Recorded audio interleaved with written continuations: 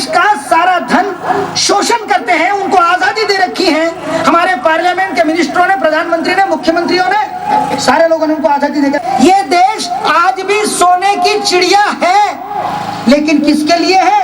ये सोने की चिड़िया केवल 36 परिवारों के लिए है, क्योंकि इन 36 परिवारों की आय, एक साल की आय इन 36 परिवारों की 191 बिलियन डॉलर्स है।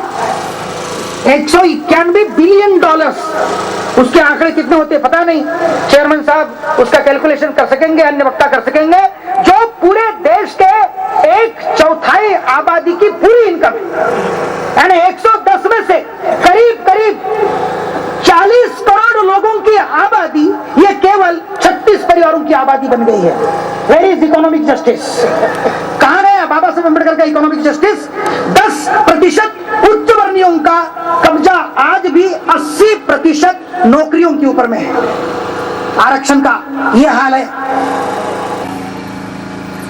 13 लाख बार हजार गिनती कर लो, इतनी हेक्टेयर जमीन चंद उद्योगपतियों को तांबा पीता जर्मन के भारोभार बांट दी गई है। अरबों खरबों की जमीन केवल कुछ 20, 25, 36, 40 परिवार के लोगों को इंडस्ट्रीज के नाम पर बांट दी गई है। 1000 महापद्म डॉलर काला धन आज स्विस बैंक के अंदर में है।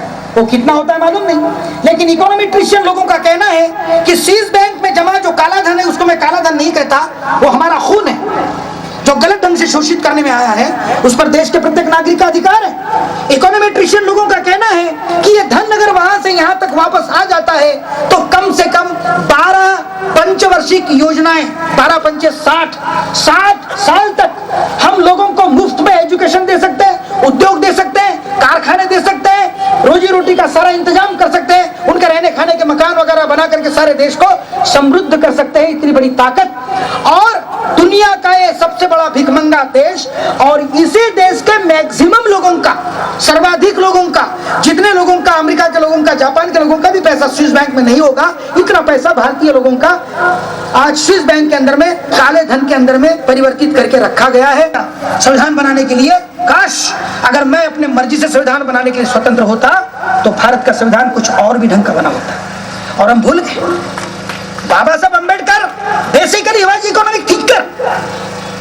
बाबा साहब अम्बेडकर समाजशास्त्री बाद में थे, वो पहले अर्थशास्त्री थे, और समाजवाद की तरफ बाबा साहब अम्बेडकर का झुकाव था। आज जो लोग कहते हैं डॉक्टर अम्बेडकर प्रणीत बौद्ध धर्म, तो मैं ये बड़ा पेशोपस में पड़ जाता हूं कि बाबा साहब अम्बेडकर प्रणीत समाजवाद हमने इस देश के अंदर में लाने की कभी बातें क्यों नहीं की हमारे विद्वानों ने, हमारे साहित्यकारों ने, जबकि बेसिकली डॉक्टर अम्बेडकर वाज the most ideal socialist thinker end socialist revolutionary. लेकिन मिल मजदूरों के सत्याग्रह के अंदर में कम्युनिस्टों ने, सोशलिस्टों ने देखा कि अगर डॉक्टर अम्बेडकर को मिल मजदूरों के सत्याग्रह में अगर सफलता मिल गई तो डॉक्टर अम्बेडकर पूरे देश के अंदर में मजदूरों का नेता जाना जाएगा। इसलिए बाबा साहब अम्बेडकर को कैंची में पकड़ने की कोशिश की।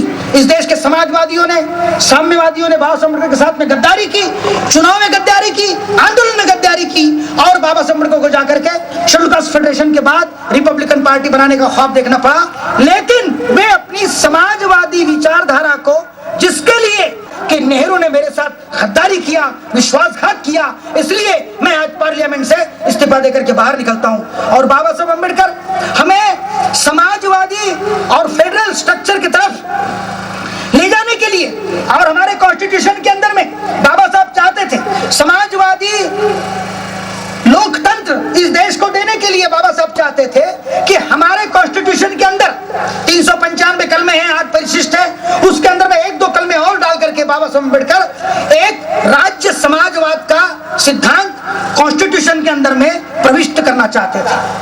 और बाबा साहब का कहना था कि ये जो कलमे होगी वो संविधान का बेसिक फीचर होगी, उसको बदलने का किसी भी पॉलिटिकल पार्टी को सत्ता में आने के बाद बदलने का अधिकार नहीं होगा।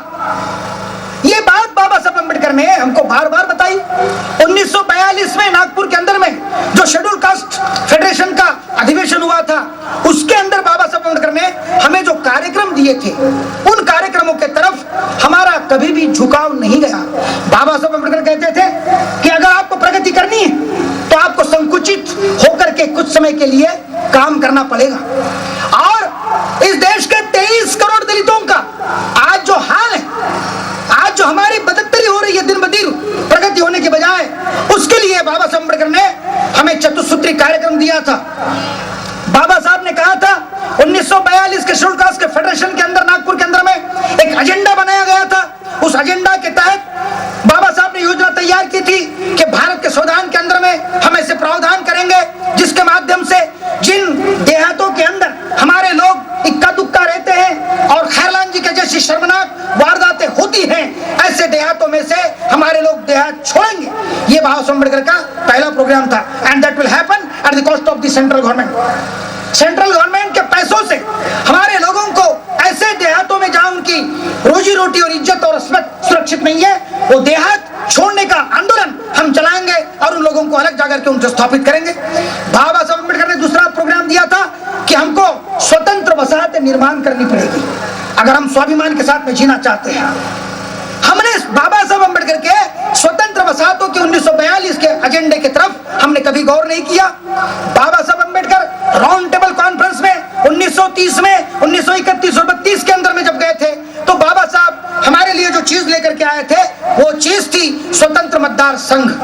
लेकिन आज भी हम आरक्षण की भीख तो मांगते रहे, आरक्षण के लिए लड़ते रहे, लेकिन बाबा साहब अम्बेडकर ने अल्टीमेटम दिया था कि स्वतंत्र मतदार संघ हमारे राजनीतिक मुक्ति का अंतिम शस्त्र होगा। वो स्वतंत्र मतदारों की तरफ, स्वतंत्र मतदार संघ को निर्माण करने की तरफ हमारा कभी कोई ध्यान नहीं गया। हम इसलिए विफल हुए हैं कि बाबा साहब अम्बेडकर ने हमको संविधान के अंदर में कॉन्स्टिट्यूशनल स्टेट सोशलिज्म लाने के लिए हिदायत दी थी। ये चार बातें, जिन बातों का उल्लेख मैंने मेरे इस किताब के अंदर में किया है, अम्बेडकरवाद का यथार्थ, इसकी कुछ प्रतियां मैंने यहाँ मित्रों के लिए लाई हैं, आप उसको देख सकते हैं। मैंने इस किताब के अंदर में स्पष्ट तौर पर लिखा है कि अंततोगत्वा बाबा साहब अम्बेडकर के संवैधानिक राज्य समाजवाद, स्वतंत्र निर्वाचन क्षेत्र, स्वतंत्र वसाहतें और देहात छोड़ो, ये चारों बुनियादी कार्यक्रम हमारे लिए महामानव बुद्ध के चार आर्य सत्यों की तरह हैं, जो हमारे सामाजिक, आर्थिक एवं राजनीतिक ऐसे तमाम दुखों का जड़ से उन्मूलन कर सकते हैं। और यदि यह हो सकता है तब ही हम समता, स्वतंत्रता, बंधुता के आदर्शों का वास्तविक समाज निर्माण कर सकेंगे, जिसमें मानवतावाद की स्थापना हो और सामाजिक न्याय की गारंटी हो। बाबा साहब का एक चतुसूत्री कार्यक्रम ही एक महान क्रांति का सूत्रपात है और यही वह विकल्प है जो हमारी आज की और आने वाली पीढ़ियों को रोजी रोटी, शिक्षा, इज्जत, सम्मान और इंसानियत की बहाली कर सकता है। यही अम्बेडकरवाद का और उसके समता, स्वतंत्रता, बंधुता के मूल्यों का अविकल्पित यथार्थ है। यही उसकी टेंजिबल फॉर्म है, यही उसकी वास्तविकता है। तो बहुत सारी बातें करनी थी, मैं आप लोगों के बीच में बहुत बार आता रहता हूं, लेकिन मैं चाहता हूं कि आज हम मैक्सिमम लोग यहाँ पर प्रोफेसर डीएन सदांशु साहब को सुनने के लिए उपस्थित हुए हैं। कुछ बुनियादी बातों की तरफ आपका ध्यान मुझे आकृष्ट करना था कि हमने आज भी बाबा साहब अम्बेडकर के विचारों के साथ वफादारी करके आंदोलन नहीं चलाए, इसलिए संविधान को मानने वालों से पार्लियामेंट हजारों लाखों मील दूर है और संविधान से गद्दारी करने वालों के मुट्ठी के अंदर नहीं, जूतों के अंदर संविधान रोंदा जा रहा है। आज हमारे पार्लियामेंट के अंदर जो चुनकर के पार्लियामेंट्रियन जाते हैं उनमें 30% क्रिमिनल, गुंडे, बदमाश, अय्यास और मवाली लोग चुन करके जाते हैं। हर तीसरा पार्लियामेंट्रियन ये गुंडा, बदमाश, मर्डरर, किलर और लुटेरा है। सत्ते की पट्टी लेने वाला, वाइन किंग, सट्टा किंग, ये आज पार्लियामेंट में चुन करके जाते हैं। और आज पार्लियामेंट का चित्र ऐसा है कि every fourth and third parliamentarian is a millionaire, billionaire, अरबोपति, खरबोपति। आपने कितने भगत सिंहों को खरबोपति बनते देखा? आपने कितने डॉक्टर अंबेडकरों को, महात्मा फुले को अरबोपति और करोड़ोपति बनते हुए देखा? और आज इन लोगों ने देश का कौन सा ख्वाब देखा है और पार्लियामेंट के अंदर में कैसे लोग चुन करके जा रहे हैं? अय्याश, गुंडे, मवाली, चोर, लुटेरे, डकैत, बदमाश और अरबोपति, खरबोपति। इसलिए चुनाव जितने महंगे होंगे, आम आदमी से संविधान उतना ही दूर जाता जाएगा। इसलिए बेसिक मूल्यों पर हमारे आंदोलन चलने चाहिए, वो बेसिक मूल्य जिनको मैंने ईश्वर, अल्लाह, गॉड के जैसी बकवास समता, स्वातंत्र, बंधुता को मानने वाला मैं आदमी नहीं हूं। अगर रियल अम्बेडकरिज्म कहीं है मेरी नजर में तो वो बाबा साहब अम्बेडकर देहात छोड़ो आंदोलन के अंदर में है। स्वतंत्र वसाहतों का निर्माण करो, वहां अम्बेडकर है। स्टेट सोशलिज्म के लिए नारा बुलंद करो, वहां अम्बेडकर है। और राज्य समाजवाद की स्थापना करने के साथ साथ देश के अंदर में स्वतंत्र मतदार संघ का निर्माण करो, वहां अम्बेडकरिज्म है। संविधान की सफलता इन 4 मुद्दों पर है, अन्यथा हमारे लिए संविधान कभी सफल नहीं हो सकता। अगली चर्चा आने वाले सम्माननीय वक्तागण करेंगे। मैं इन्हीं शब्दों के साथ अपना विराम देता हूं और आपसे इजाजत लेता हूं। जय भीम, धन्यवाद। साहेब, आपण अत्यंत तळमळीने या ठिकाणी वक्तव्य केलात आणि एक मौलाचा संदेश पण दिलात। शासन प्रशासन ईमानदार है तो कोई समस्या नहीं होगी। शासन प्रशासन करण्यामध्ये लोक जर बेईमान असले तर काय होतं हे विस्तृतपणे आपण सांगितलात, याबद्दल आपले आभार। या ठिकाणी थोडंसं ज्या व्यक्तींचा आपण या ठिकाणी सत्कार केला त्यापैकी प्राध्यापक भगवान सूर्यवंशीजी यांची इच्छा आहे की आपण 2 शब्द इथे बोलावं। त्यासोबतच त्र्यंबक भागवत परशुरामकर यांना सुद्धा जर बोलण्याची इच्छा असेल तर त्यांना सुद्धा आपण बोलण्याची संधी देणार आहोत। तत्पूर्वी मी आता या ठिकाणी प्राध्यापक डॉक्टर भगवान गंगारामजी सूर्यवंशी यांना पाचारण करतो, त्यांनी आपले मनोगत व्यक्त करावे।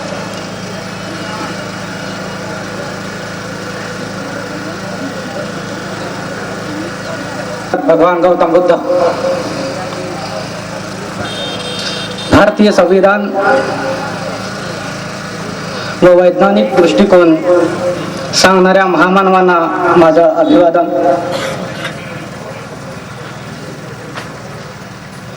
प्रजासत्ताक दिनाच्या हिरक महोत्सवी वर्षी संविधान प्रबोधन साहित्य संमेलन मंचावर बहुजन प्रबोधन मंच लाखांदूर आणि हा जो कार्यक्रम आयोजित केला, या कार्यक्रमाचे अध्यक्ष प्राध्यापक सदाशिव सर, उद्घाटक मेश्राम सर, प्रमुख वक्ते संदेश भालेकर सर, प्राचार्य राजन सर, इंजिनियर बारसागडे साहेब,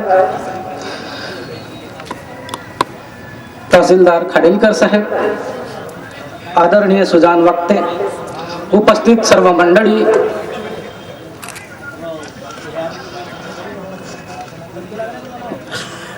खरं तर मला ही संधी मिळाली ही फार मोलाची संधी आहे। मी माझं मनोगत व्यक्त करायसाठी इथे उभा झालेलो आहे। वास्तविक पाहता मी इथं भाषण करण्यासारखा हा स्टेज मी त्या स्टेजचा कदाचित लायकीचा नसावा असं मला वाटतं, कारण मी मान्यवर जे बसलेले आहेत त्यांच्या पासंगालाही नाही, पण माझं मनोगत व्यक्त करायला मला जी संधी दिली त्याबद्दल खरं तर प्राध्यापक काणेकर सर, प्राध्यापक रंगारी सर यांचा मी ऋणी आहे। या कार्यक्रमातून मला जी संधी दिली आणि माझा जो सत्कार केला त्यातून त्यांची दूरदृष्टी लक्षात येते। खरं तर हा सत्कार माझा एकट्याचा नसून या ठिकाणी हा सत्कार माझ्या निरक्षर आई वडिलांचा आहे, भावा बहिणींचा आहे, मित्रांचा आहे, पत्नींचा आहे, गुरुजनांचा सत्कार आहे। त्यानंतर ज्या संस्थेमध्ये मी काम करतो त्या संस्थेचे अध्यक्ष माननीय आदरणीय जगतजीर हांगडाले साहेब, प्राचार्य डॉक्टर नीलकंठ लंजे, उपप्राचार्य डॉक्टर एस भैरम सर, विभाग प्रमुख डॉक्टर व्ही राणे सर, माझे सहकारी प्राध्यापक विलास गजभिये सर, त्यानंतर इतर सर्व सहकारी जे कर्मचारी आहे त्यांच्या हा सहकार्याने आणि त्यांच्या काही ऋणातून मला हा आज इथे उभवण्याची आणि तुमच्याशी 2 शब्द बोलायची संधी मिळाली आहे। मी मूळचा तावशी चिकना येथील जवळच 15 किलोमीटरवर माझं गाव आहे। वर्ग 1 ते 7 मी केंद्रीय प्राथमिक शाळा तावशी इथे शिकलोय. वर्ग 1 ते 7 नंतर वर्ग 8 ते 10 मी जिल्हा परिषद हायस्कूल बारवा इथे इथून 1986 ला पास झालोय. त्यानंतर 1988 ला 12वी जिल्हा परिषद ज्युनियर कॉलेज सानगडी आणि त्यानंतर BSc जनता महाविद्यालय चंद्रपूर इथून पास झालोय. त्यानंतर MSc institute of science Nagpur इथून पास झालोय. त्या ठिकाणी मला खेड्यातल्या विद्यार्थ्याला मी इथे आवर्जून सांगतो 72% पास मिळवून मी पास झालोय आणि त्या ठिकाणी खरं तर मी त्या बॅचचा टॉपर आहे. त्यानंतर B.Ed SK Wankhede barrister SK Wankhede इथून केलाय. त्याही ठिकाणी मला 73% आहे. त्यातला मी मागासवर्गीयातला पहिला मेरिट आहे.